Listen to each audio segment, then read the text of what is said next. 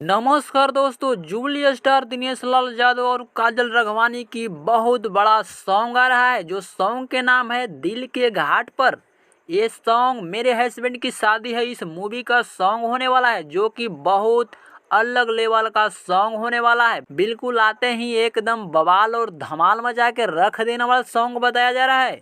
तो सबसे पहले गाना के बारे में बता देते हैं। गाना लिखे हैं अरविंद तिवारी और म्यूजिक दिए हैं ओम झा। गाना को गाए हैं प्रियंका सिंह अली और वीडियो गाने में नजर आने वाले हैं दिनेश लाल यादव और काजल राघवानी। काजल राघवानी एकदम अलग लुक में अलग डिजाइन में नजर आने वाली है। तो गाना को देखना ना भूलिएगा मेरे दोस्तों। गाना एकदम बवाल और झकास होने वाला है क्योंकि 3 गाना पहले भी आ चुका है। मेरे हस्बैंड की शादी है इस मूवी का पहले भी 3 गाना आ चुका है, एकदम बवाल और धमाल मचा के रख दिया है।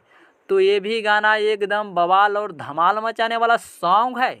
दिल के घाट पर इस गाना को आज सुबह 7 बजे रिलीज कर दिया जाएगा। तो अगर आपको देखना है तो चलिए DRJ रिकॉर्ड भोजपुरी के यूट्यूब पर सुबह 7 बजे गाना ये आ रहा है, जा करके देखिए। एकदम बवाल और धमाल मचाने वाला सॉन्ग है।